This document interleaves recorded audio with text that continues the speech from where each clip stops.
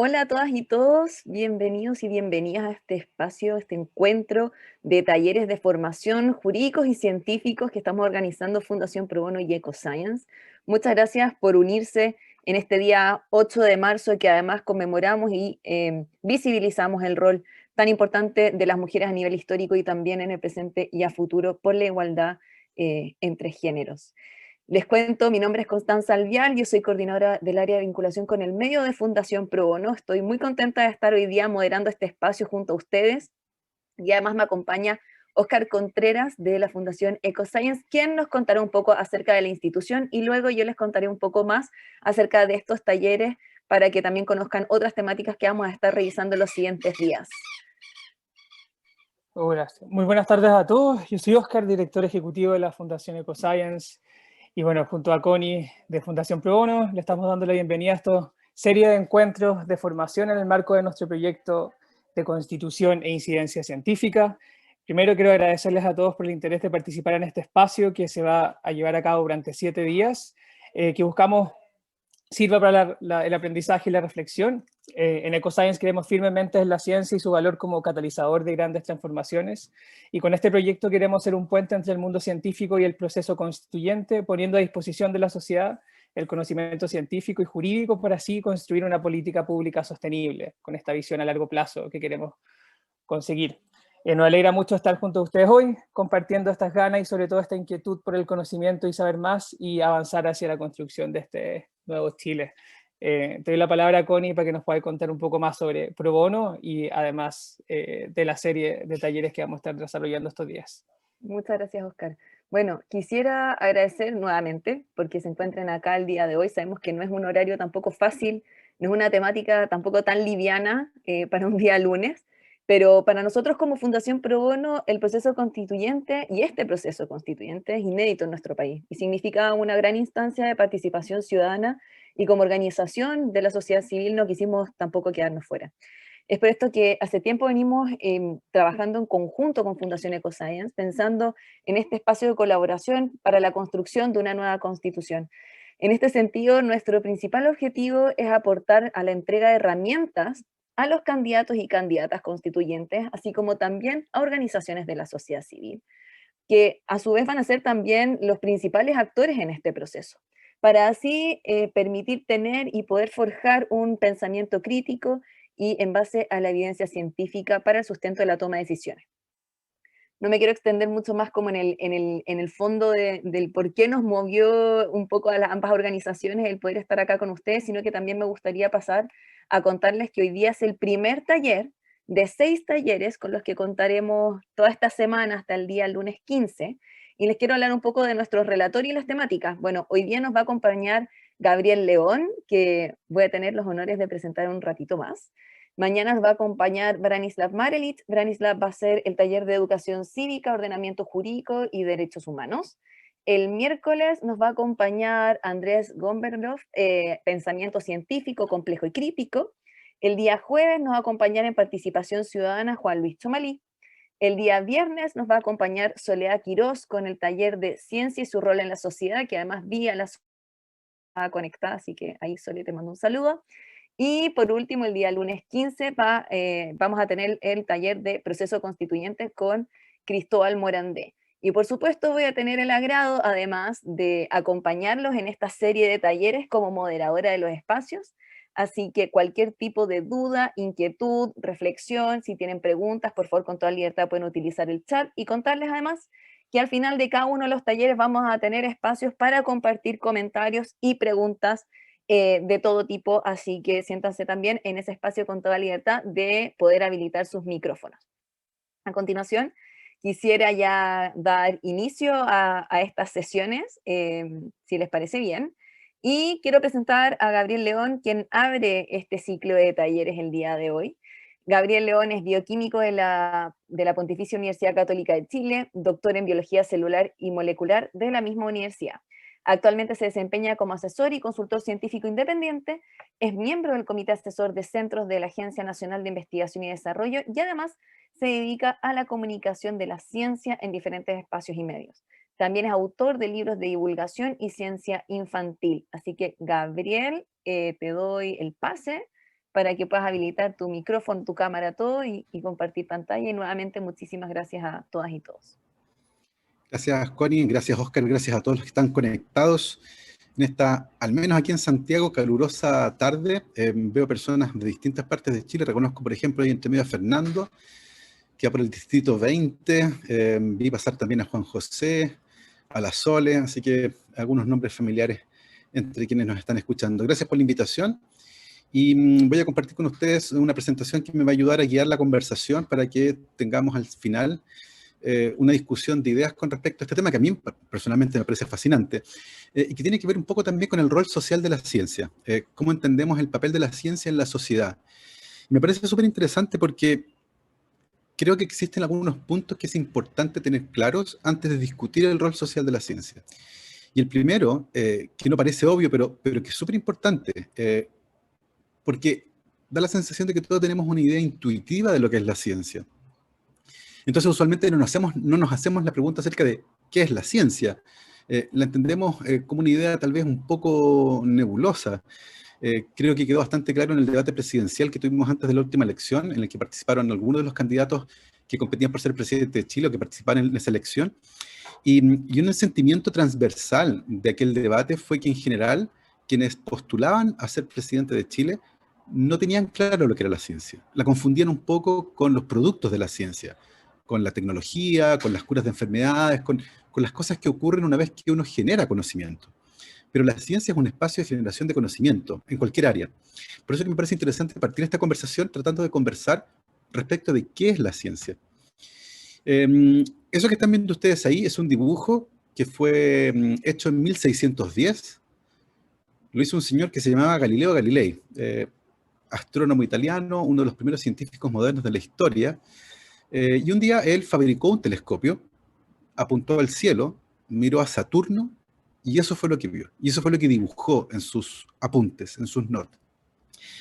En 1610, así era Saturno. 6 años después, Galileo fabricó otro telescopio, mejor que el primero, volvió a apuntar a Saturno y ahora vio eso. Eso fue lo que dibujó. Se parece un poco más, ¿cierto? Nosotros conocemos Saturno, se parece un poco más, pero todavía no es. Es una imagen un poco distorsionada de Saturno, claramente es mejor que la anterior. Se va acercando. 50 años después, otro astrónomo, el holandés Christian Huygens, fabricó otro telescopio mucho mejor que los de Galileo, apuntó a Saturno y dibujó eso. Y ahí sí, ¿cierto? Si yo les pido a ustedes que dibujen Saturno, muy probablemente ustedes van a dibujar algo parecido a lo que dibujó Christian Huygens. Ese es el Saturno que nosotros conocemos. Es el Saturno que nos mostró la NASA con estas fotos maravillosas que tomó la sonda Cassini hace un tiempo atrás. Lo interesante de esta historia sobre la apariencia de Saturno es que estamos viendo entre 1610 y 1660 cómo la apariencia de Saturno cambió a medida que fuimos obteniendo evidencia de mejor calidad. Y esto para mí es súper importante porque se alinea con la primera idea que les quiero transmitir. La ciencia no es la verdad. La ciencia no es la conclusión. La ciencia es el método que nos permite entender un poco mejor el mundo. La ciencia es una forma de pensar que nos permite, cuando interrogamos de manera sistemática y ordenada la naturaleza, entendiendo por naturaleza todo lo que hay allá afuera, personas, átomos, rocas, células, lo que ustedes quieran. Cuando la interrogamos de manera paciente y rigurosa, nos permite entenderlo un poco mejor. En el fondo, la ciencia es el método que tenemos para ir achicando la incertidumbre con respecto al mundo. Y lentamente nos permite entenderlo un poco mejor.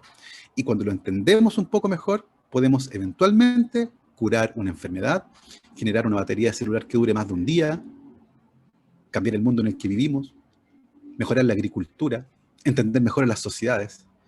La ciencia es un proceso. Creo que esa es la idea, una de las ideas importantes de esta conversación, la primera que les quiero transmitir. Y es importante porque usualmente estamos acostumbrados a que la ciencia tiene que ver con las respuestas. Y uno mete la mano en una bolsa y saca una certeza. Por eso que las noticias científicas parten con los científicos dicen que, como si eso fuera una garantía de verdad. Y es una confusión importante, porque recuerden que durante la pandemia, hace un año atrás, cuando comenzó, nos decían que no usáramos mascarillas, ¿se acuerdan? que daban una falsa sensación de seguridad, que era importante que el personal médico tuviera acceso a mascarillas y que nosotros no teníamos que usar mascarillas. Pero pasaron algunos meses, igual que con estas fotos, y lentamente nos fuimos dando cuenta que este virus es distinto a otros virus que conocíamos, que se comporta de una manera muy particular y que se transmite principalmente por el aire. Y por lo tanto, el uso de mascarillas se convirtió en algo muy importante. Fue la evidencia científica la que nos permitió cambiar esa política. Pero a muchos resultó confuso. ¿Cómo si los científicos me decían al principio que no y ahora me dicen que sí? Pónganse de acuerdo. Bueno, es parte de los procesos naturales de la ciencia, pero si no entendemos cómo opera, difícilmente vamos a entender estos vaivenes y vamos a pensar que la ciencia tiene algo malo, no está funcionando, no me está dando respuestas certeras que duren 1000 años. Y creo que es importante partir esta discusión por eso, la naturaleza de la ciencia. En ese sentido, cualquier pregunta que tengamos que permita generar conocimiento nuevo es parte de esta ciencia. Y lo digo porque en general la palabra ciencia también evoca un tipo de actividad, aquella que ocurre en un laboratorio con delantal. Pero sin embargo la ciencia se refiere a cualquier espacio de producción de conocimiento, que puede ser, como está en la foto ahí a la izquierda, tratando de entender cómo se ordenan y funcionan las sociedades. Y los sociólogos estudian esos fenómenos complejos y generan conocimiento nuevo al respecto.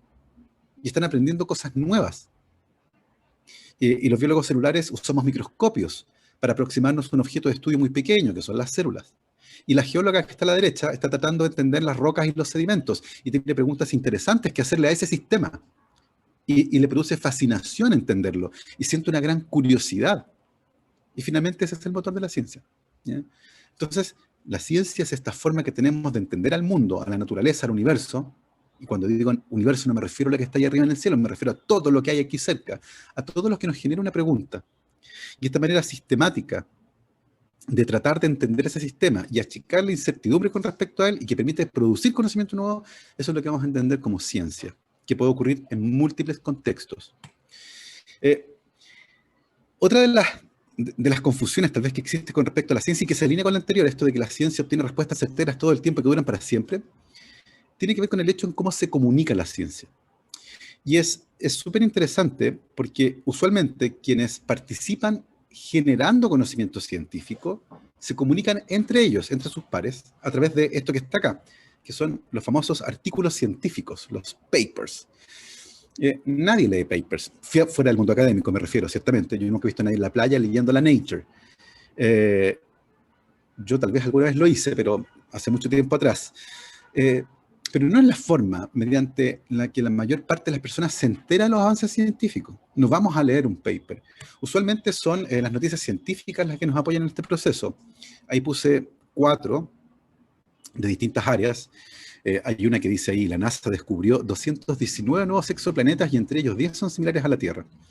Y hay algo interesante con las noticias científicas. Si uno estudia los titulares y lee la noticia, en la mayor parte de los casos, lo que uno encuentra es una historia distorsionada. Es una historia que deja fuera parte importante de los procesos importantes que tienen que ver con la enorme cantidad de veces que seguimos un camino equivocado y nos tuvimos que devolver. Cuando uno lee la ciencia, en las noticias científicas da la sensación de que la ciencia fuera un proceso directo, facilísimo. Uno está en A, quiere ir a B y llega a B. Y listo. Da la sensación de que alguien iba caminando por un pasillo de la NASA, se tropezó y se cayó arriba de 219 nuevos exoplanetas. Y venía con una etiqueta, este es parecido a la Tierra.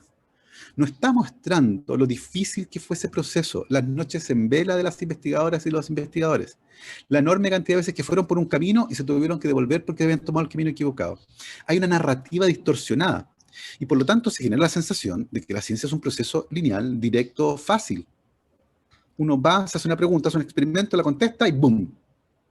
Apareció 219 nuevos exoplanetas. O detectamos ondas gravitacionales. O los científicos japoneses aprendieron a leer la mente. Es como mostrar la guinda de la torta. Cuando uno hace una torta como la que está ahí en la imagen, ¿cierto? Sí, es hora de tomar café con torta. La guinda de la torta, y uno mira eso y dice, wow, fantástico, maravilloso, increíble. Pero no estamos viendo lo que hubo que hacer para llegar a ese producto. No estamos viendo la cocina en el fondo. Y esa cocina es un desastre. Está el cocinero lleno de harina cruda, chorrea masa por los muros, hay 3 cocineras y cocineros llorando en un rincón, 2 tortas quemadas en el horno. Eso también hay que mostrarlo, porque si no contamos la ciencia como ocurre realmente, se va a generar una imagen distorsionada, una idea distorsionada de cómo opera y cómo funciona.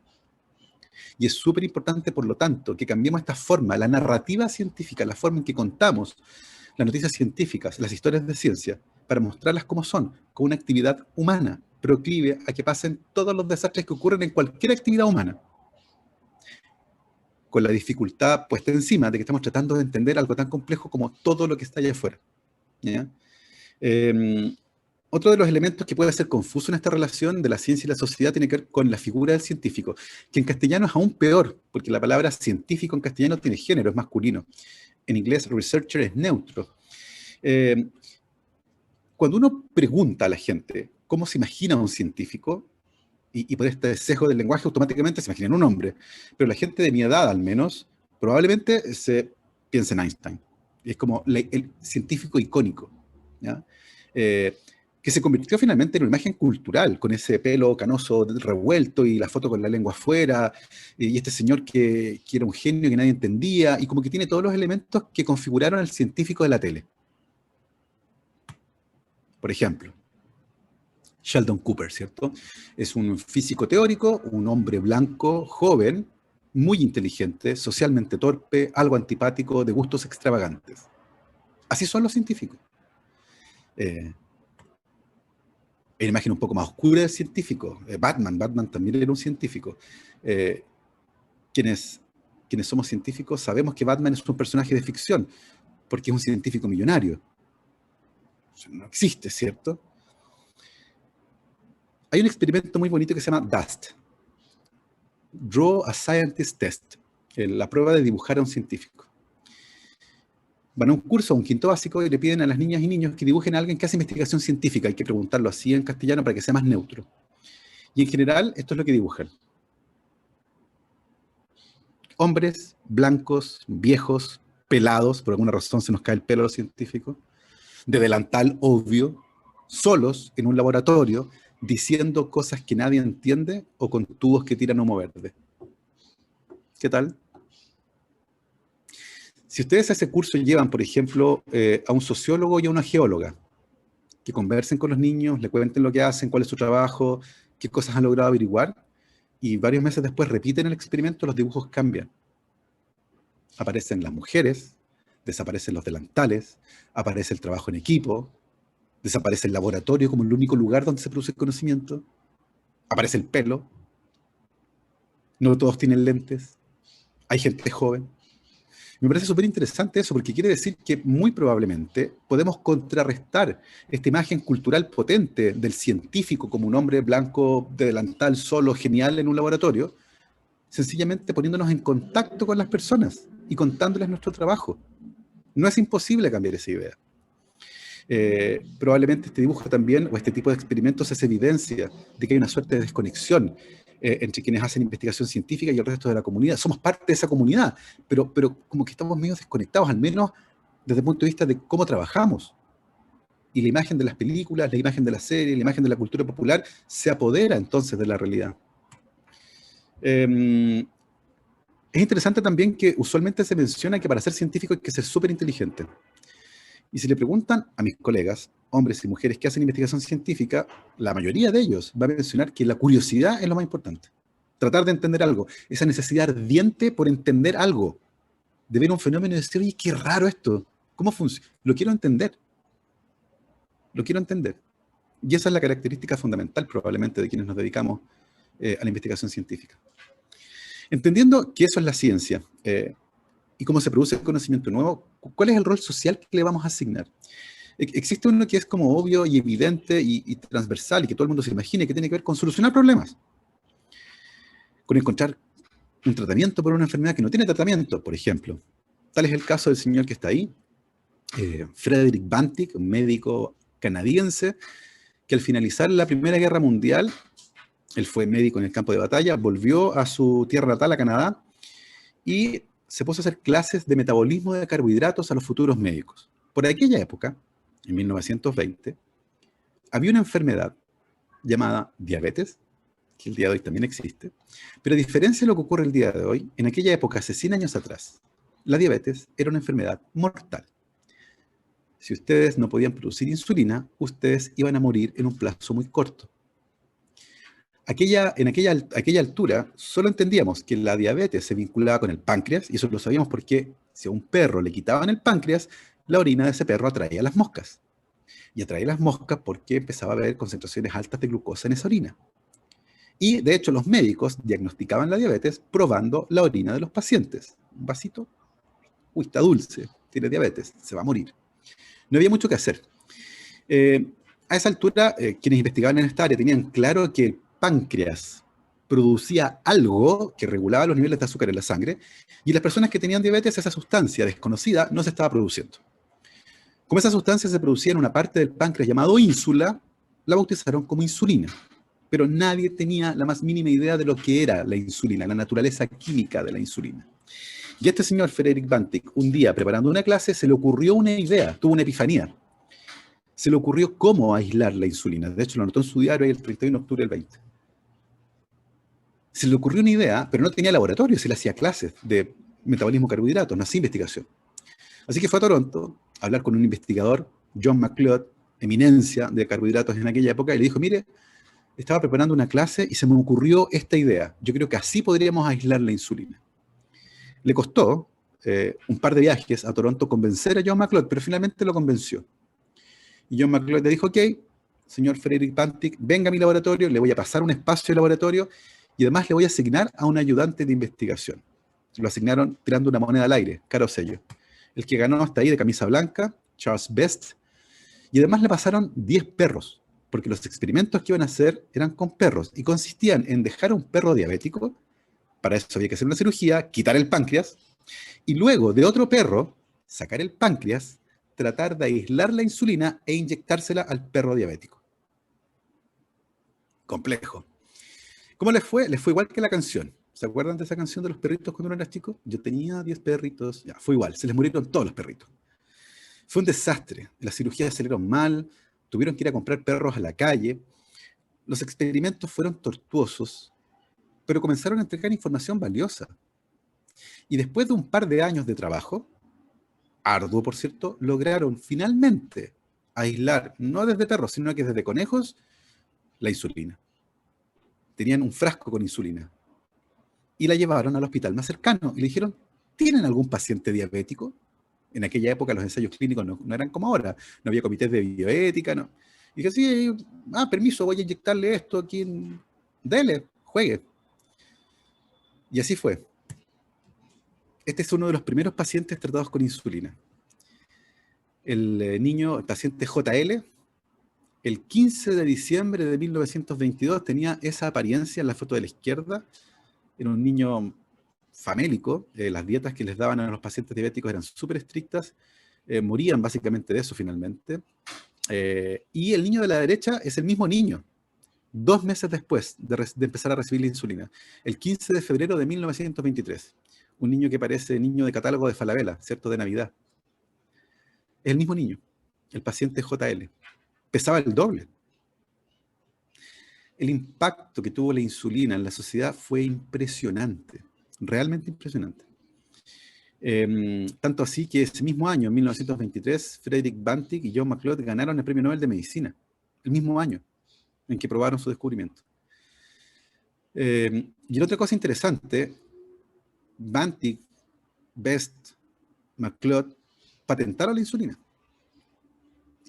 y vendieron su patente en $1. La vendieron en $1 porque entendían la importancia social que tenía este descubrimiento. No querían enriquecerse con la insulina. Querían generar una solución, un tratamiento en este caso, para los pacientes diabéticos. Y licenciando la barata, trataron de asegurarse de que el fármaco de calidad estuviera a un precio al alcance de todos quienes la necesitaran. Algo bien interesante es que el día de hoy, 100 años después del descubrimiento de la insulina, los tratamientos para la diabetes en países como Estados Unidos, por ejemplo, han subido tanto de precio que hay personas que han muerto fraccionando la insulina porque no les alcanza para toda la dosis. Entonces una ampolla la tienen que extender durante varios días y han muerto personas porque el costo de este tratamiento, que originalmente se dejó puesto a disposición de las personas a un precio asequible, se disparó, producto de otras cosas, como el mercado, por ejemplo. Pero es interesante la historia, porque eso es lo que esperamos de la ciencia, una historia bonita, entender un fenómeno, tener una idea, demostrarla y finalmente generar una solución a un problema, en este caso, un tratamiento. La diabetes se convirtió de una enfermedad mortal en el 100% de los casos a una enfermedad perfectamente tratable. Y el día de hoy, con una tecnología increíble, hay personas que se monitorean el nivel de azúcar en la sangre en tiempo real, con una bomba que va inyectando la insulina de acuerdo a las necesidades de las personas. Es impresionante. Y es básicamente un páncreas sintético, artificial, que está ahí funcionando todo el tiempo. Y eso es lo que esperamos de la ciencia, ¿cierto? Esta bolsa con respuestas, con soluciones, donde yo meto la mano y voilà, saqué la solución a un problema. Pero eso nos pone una disyuntiva. ¿Qué pasa con el conocimiento científico que no sirve a priori para nada? Es interesante. Porque cuando ustedes producen conocimiento nuevo, cuando descubren algo, no sabían a priori lo que iban a encontrar. Y por lo tanto, como no saben lo que van a encontrar, no saben si sirve para algo, si tiene una utilidad práctica. Y aunque no la tenga hoy, puede que la tengan 10 años más. Por lo tanto, no lo saben. Por la naturaleza de los descubrimientos científicos, uno no puede anticipar la utilidad de los descubrimientos científicos, porque cuando uno descubre algo nuevo, no sabe lo que va a encontrar. Y es una pregunta interesante. ¿Y esto para qué sirve? Fíjense que cuando se inauguró este instrumento, el Large Hadron Collider, lo que están viendo ahí, es uno de los detectores del Gran Colisionador de Hadrones.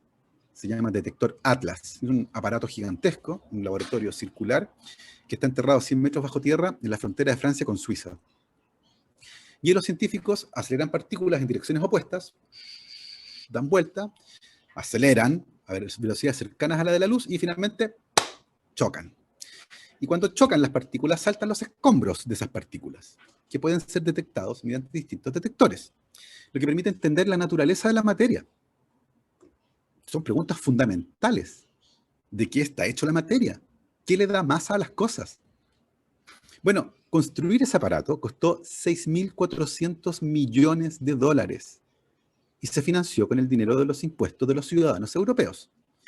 Un aparato similar que se iba a construir en Estados Unidos fue finalmente descartado porque los legisladores consideraron que no había una justificación para gastar esa enorme cantidad de dinero para entender la materia. Era conocimiento inútil. Cuando se inauguró el Large Hadron Collider en Europa, que costó 6.400 millones de dólares, uno de los periodistas que estaba presente en la sala, en la conferencia de prensa, levantó la mano y preguntó: perdón, pero ¿y esto para qué sirve?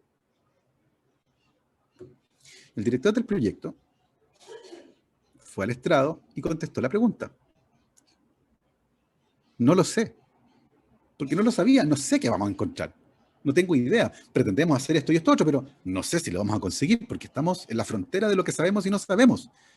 Estamos en una pieza oscura y vamos a encender un fósforo. No tengo idea qué es lo que vamos a encontrar.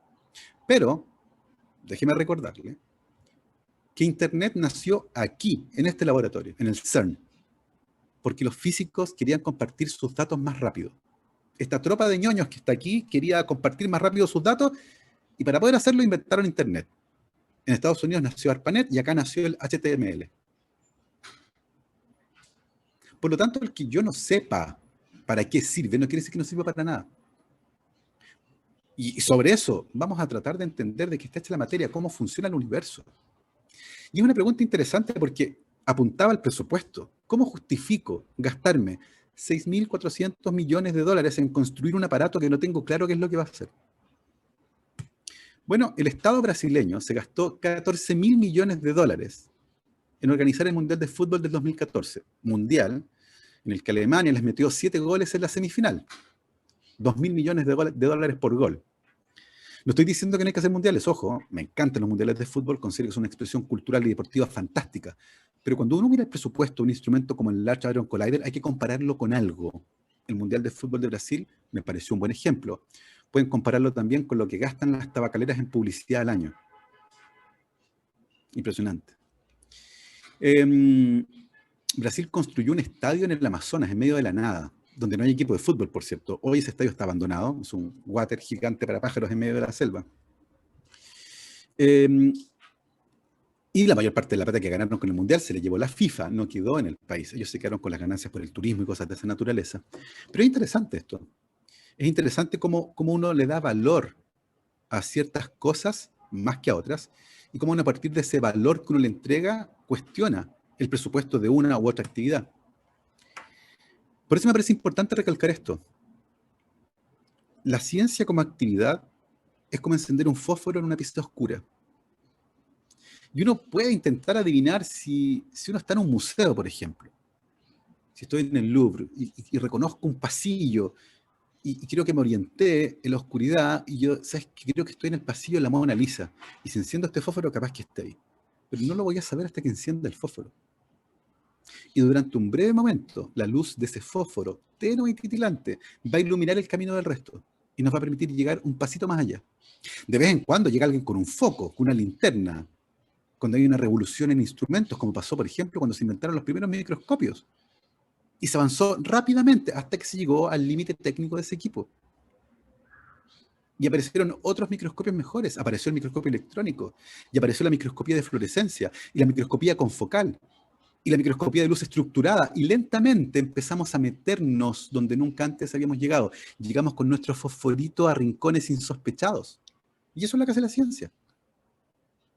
Encender un fósforo en la oscuridad y la luz que titila durante un ratito tenue nos permite avanzar como especie un poquito más lejos, gracias a ese conocimiento nuevo. Por eso también es importante leer la historia de la ciencia, cómo han ocurrido estos grandes avances y descubrimientos, porque en retrospectiva uno se da cuenta del camino que se siguió. Esto se alinea un poco con ese discurso famoso de Steve Jobs, el Connecting the Dots, ese que dio en Stanford, cuando él revisaba su carrera y decía, mira, esto que hice hace 20 años atrás, que no tenía idea por qué lo hice porque me gustaba, fue fundamental para este proyecto, que fue muy importante en mi vida. Y si ustedes revisan su propia vida, se van a dar cuenta que hay muchos hechos tal vez fortuitos, o que ocurrieron de la mano del azar, que fueron muy importantes para explicar por qué están aquí el día de hoy. Y por eso es importante revisar la historia, la personal, pero también la de la ciencia. Porque eso nos permite entender cómo se construyó este conocimiento científico. Y se van a encontrar con que muchas veces uno quería ir de A a B y llegó a C. Y C era fantástico, pero yo no quería ir a C, quería ir a B. Pero igual llegué a C. Y eso ocurre muchas veces. Y lo que hay en común entre el viaje entre A y B y A y C es que hay curiosidad por intentar salir de A.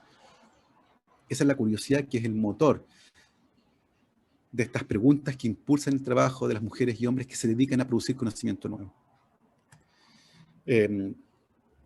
Probablemente el que mejor lo fraseó sea Carl Sagan, que era astrónomo y comunicador científico estadounidense, y escribió en algún momento, la ciencia es mucho más que un cuerpo de conocimientos, la ciencia es mucho más que saber cosas, la ciencia es una forma de pensar, una forma de interrogar de manera paciente la naturaleza con una fina comprensión de nuestra propensión a los errores, porque somos humanos y tenemos sesgos cognitivos y perceptuales. Hay pensamientos previos que condicionan nuestra forma de enfrentar los problemas. Y además vemos cosas que no están, oímos sonidos que no existen. Vemos iguales cosas que son distintas y vemos distintas cosas que son iguales. La naturaleza humana es así, propensa a los errores. Y por eso es importante confirmar, medir, cuestionar, revisar. En ese sentido, el conocimiento científico está en permanente cambio. Nuestras conclusiones son temporales. Pero aún así nos permiten tomar decisiones. No nos quedamos quietos en la incertidumbre. Tratamos de achicarla lo que más se puede y decir, mira, en este contexto, lo mejor que podemos hacer es esto. Si el día de mañana aprendimos otra cosa, bueno, se hizo lo que se pudo. Pero así funciona. Mucho mejor que tirar un dardo al azar y ver dónde cae. Y decir, vamos con el plan A, porque ahí cayó el dardo. ¿Ya? La ciencia es fantástica porque nos permite conocer mejor el universo, pero ciertamente tiene estas limitaciones. Vamos pasito a pasito, aprendiendo un poco más sobre él. Lo que nos lleva a la última parte de esta conversación, de este monólogo que se va a convertir después, espero, en una conversación, y es cómo esta ciencia nos permite aportar a las políticas públicas, cómo la evidencia que obtenemos nos permite tomar decisiones que afectan a la vida de los ciudadanos. a través de la generación de políticas públicas. Esta es una idea que probablemente se comenzó a moldear en su forma más moderna a partir de un white paper publicado por el gobierno de Tony Blair en el Reino Unido. Ese white paper que hablaba justamente acerca de cómo modernizar el gobierno, hablaba justamente acerca de la formulación de políticas públicas y apelaba al modelo que se utilizaba en medicina, la medicina basada en la evidencia. Es decir, si yo tengo un fármaco y lo quiero utilizar, tengo que demostrar que funciona. ¿Cómo demuestro que funciona? Bueno, hago un ensayo clínico doble ciego. A la mitad de los pacientes le doy el fármaco y a la otra mitad le doy un placebo. No le digo ni al paciente ni al médico tratante qué cosa fue la que le di, si la droga o el placebo. Lo sigo durante un tiempo y veo el resultado.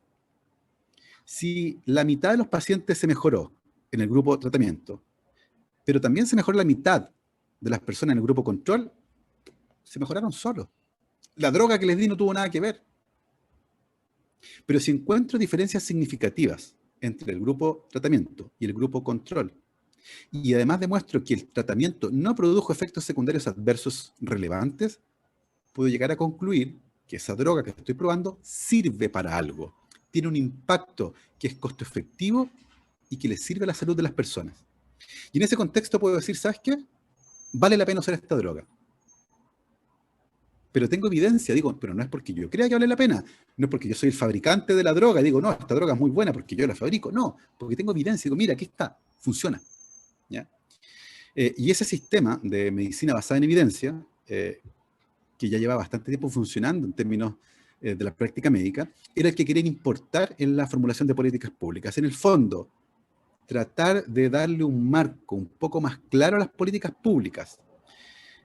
Los gobiernos deben constantemente reevaluar lo que están haciendo y producir políticas que den cuenta de los problemas y que se evalúen permanentemente en el tiempo, que midan los resultados, que sean flexibles en el fondo están tratando de aplicar un poco el modelo de la medicina basada en evidencia a la formulación de políticas públicas. Y de ahí viene esta idea de las políticas públicas basadas en la evidencia, que esta idea que tiene ya varias décadas, un par de décadas al menos.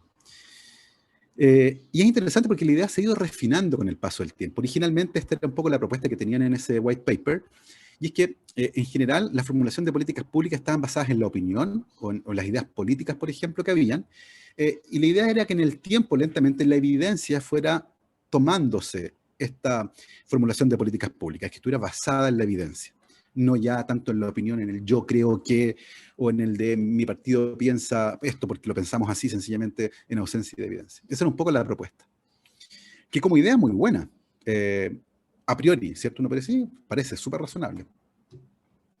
El problema es que el mundo real es bastante más complejo y desastroso muchas veces que un experimento de laboratorio. Y una historia que probablemente refleja este hecho muy bien es la historia de la granja de vacas, que es un chiste básicamente, de un granjero de vacas que tenía un problema porque había optimizado todos los parámetros que podía optimizar y la producción lechera se había estancado. Tenía optimizada la comida, la luz, el ciclo circadiano de las vacas, despertaban a tal hora, dormían a tal hora, les hacían masaje, les daban comida premium, le ponían música clásica, que hizo de todo y la producción de leche llegó a un punto estancado. Y él sabía que por el número de vacas que tenía, debería estar produciendo más leche. Así que decidió recurrir a la universidad local. Dijo, mira, habló con el vicerrector de investigación y le dijo, mire, tengo un problema, tengo una granja lechera y tengo este problema porque la producción de leche se me estancó, pero mis cálculos dicen que debería ir más arriba, entonces necesito que ustedes, con sus científicos y científicas acá, me ayuden con este problema. Perfecto.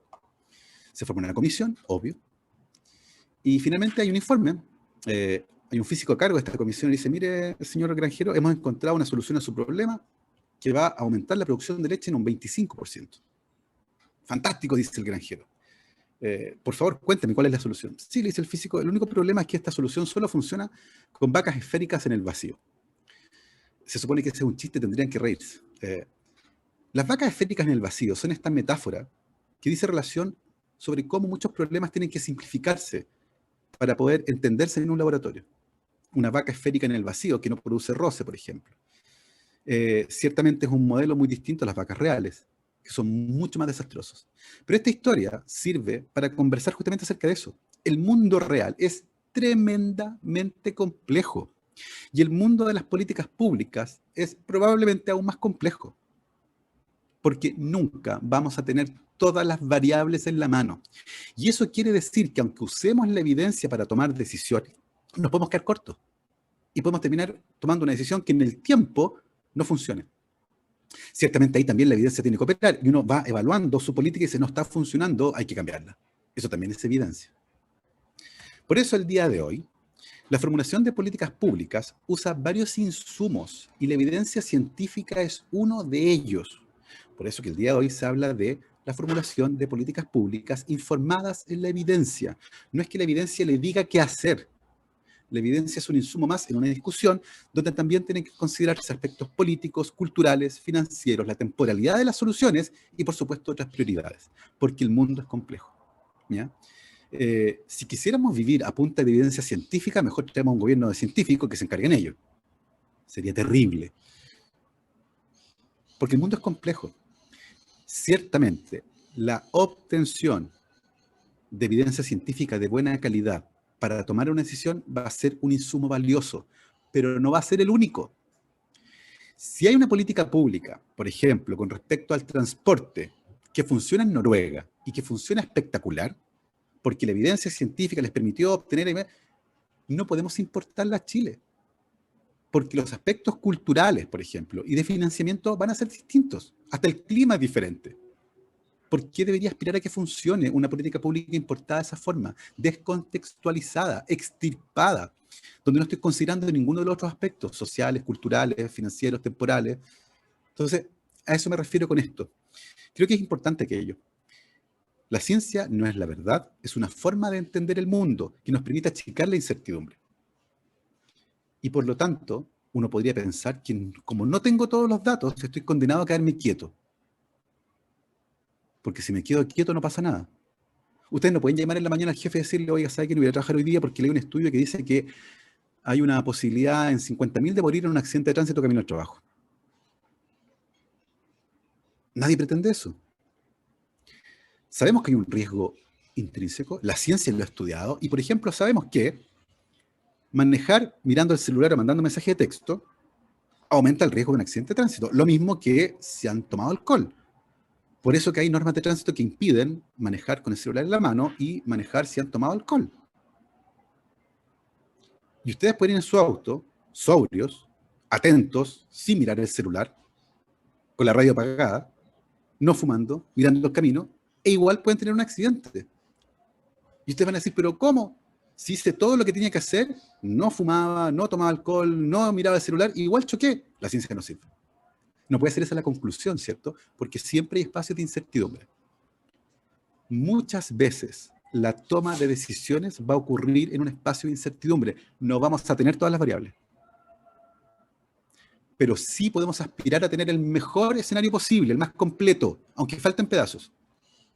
Y decir, mira, considerando lo que sabemos y lo que no sabemos, y considerando el costo-beneficio, nosotros recomendamos que esta medida debería ser de esta manera. Es así como debería articularse el día de hoy, considerando aspectos culturales, políticos, financieros, todo lo que está ahí. Y con la evidencia como un insumo más en esa discusión. Pero siempre va a quedar un espacio de incertidumbre. Pero eso no implica que nos vamos a congelar, que vamos a dejar de vivir, que vamos a dejar de tomar decisiones. Tenemos que hacer, porque eso es parte de la vida y tenemos que aceptar ese hecho. Podemos ir achicando la incertidumbre, pero no va a ser cero. Siempre va a haber un poquito de incertidumbre. En algunas áreas mucho más grandes. Y en ese sentido, uno debe decidir cuándo vale la pena tomar una decisión, si la incertidumbre es grande o pequeña. Por eso es que este tema es un tema complejo. Y por eso que me parece interesante partir hablando de la naturaleza de la ciencia. Eso es lo que les quería contar el día de hoy y espero que funcione como un motor para poder conversar con ustedes. Son 10 para las 8. Quiero agradecer a la Fundación Pro Bono y a la Fundación Ecoscience por la invitación. A Connie, por supuesto, por acompañarnos en la moderación y a todos los que se conectaron a esta hora un día lunes. Muchísimas gracias.